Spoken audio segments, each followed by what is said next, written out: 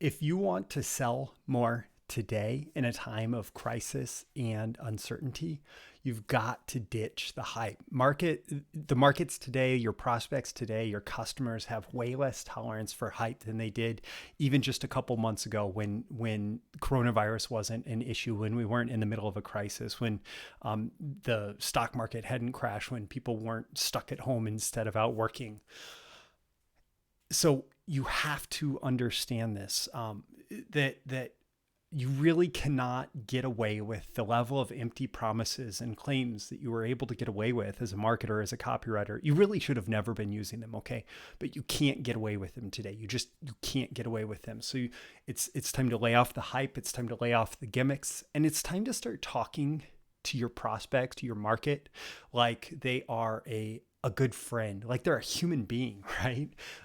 You need to focus on connections. You need to focus on making claims and promises that you can back up with real proof, with real credibility, with real believability elements, and recognize that today is actually a great opportunity for you as a marketer, as a copywriter, because you can learn what is ultimately the most effective type of marketing and copywriting, which is marketing messages, persuasive messages, selling messages that are backed up by proof, by credibility elements, by anything that it takes to make them completely believable.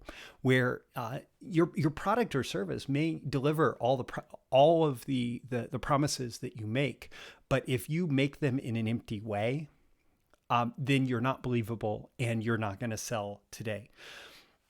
So you have to focus on straight talk. You have to focus on backing up everything that you do with proof, with credibility, with believability. And one of the best ways that you can do that is to actually mix in story. Now, I don't know if it's going to be your story or if it's going to be your client's story, your customer's story, somebody who has actually gone through that process of like having the problem that your product solves and looking for a solution and ending up finding your solution and overcoming the problem through that solution. And so maybe it's you, maybe it's prospect, maybe it's something where you're telling kind of a mix of different client stories in like a fictionalized account of what it's like.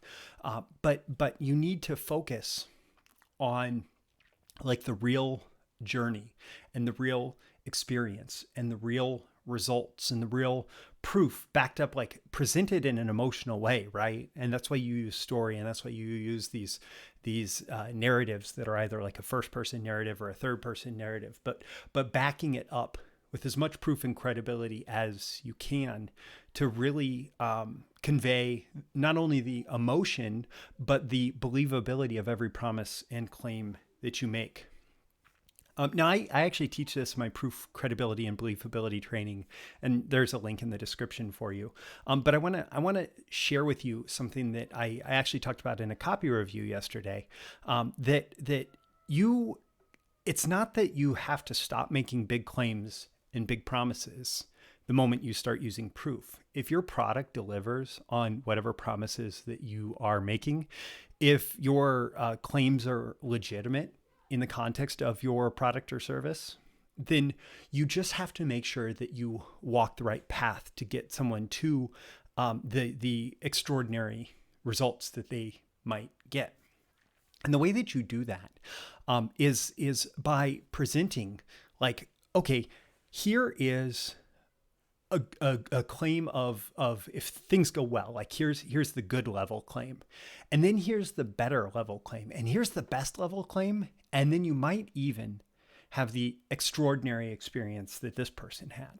And so, like for example, if it's like an income type promotion, it's like, oh, here's a good payment that this person received.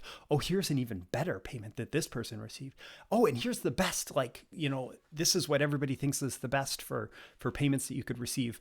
But I'll tell you what, this person even had an even more extraordinary payment that they received.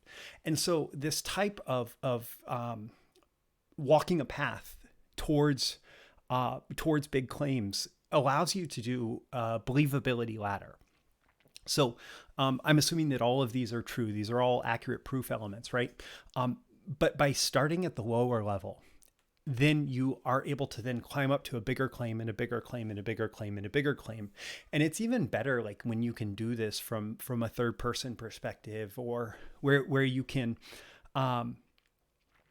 you're not telling the person, hey, you're going to get this, because that feels less believable inherently.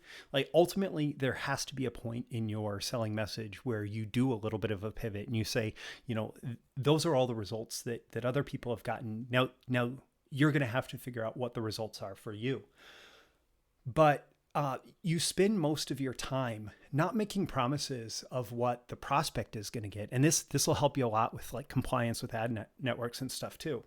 You spend most of your time not talking about what the prospect's going to get, but instead you say, well, here's what I did and here's the results that I got. Here's what these other people did and here's the results that they got. And then you can walk down that path to big claims. And then you're not explicitly making a promise that's easy to cancel out in the prospect's mind, because you're talking about somebody else's experience. And then at the very end, you bring that back and you say, I don't know exactly what you're going to get, but this is what these other people have gotten. And it wouldn't surprise me if you got something similar. And so none of that has to be hypey. None of that has to be unbelievable. None of that has to be over the top. None of that has to be empty claims and promises, right? That can all be based on fact and based on accurate statements. And then you present them in a way where the believability increases as you go, where the size of the claims and size of promises that you can make do increase as you go, because you're doing the right things to stack the believability or to climb the believability ladder towards those bigger claims. If you do that wrong, or if you're just still making big empty promises, it's just not going to work today. It may have worked a few months ago when everything was seemingly going splendidly, when we were at the peak of a stock bull market after 10 years of the markets going up and unemployment at record lows. But as everything shifts dramatically in the middle of a crisis, you really cannot get away with that stuff anymore. And instead, you do need to focus on proof, credibility, and believability. If you like this lesson, make sure that you like this video, comment, share what your experience has been like with this. If you know other people who would get value out of this content, like copywriters who you work with, you can share this with them, tag them in the comments, or share it directly. Also, you can subscribe here. You can also subscribe at breakthroughmarketingsecrets.com to get more content like this delivered from me, articles and videos about copywriting, direct marketing, selling, business building, and more. And also, again, be sure to check out the links in the description for my proof, credibility, and believability training, which covers 26 ways to increase your selling power. And if you really want me to look at your copy and tell you explicitly what you need to do to improve its selling power today, I've also included a link for my copy review service with this video.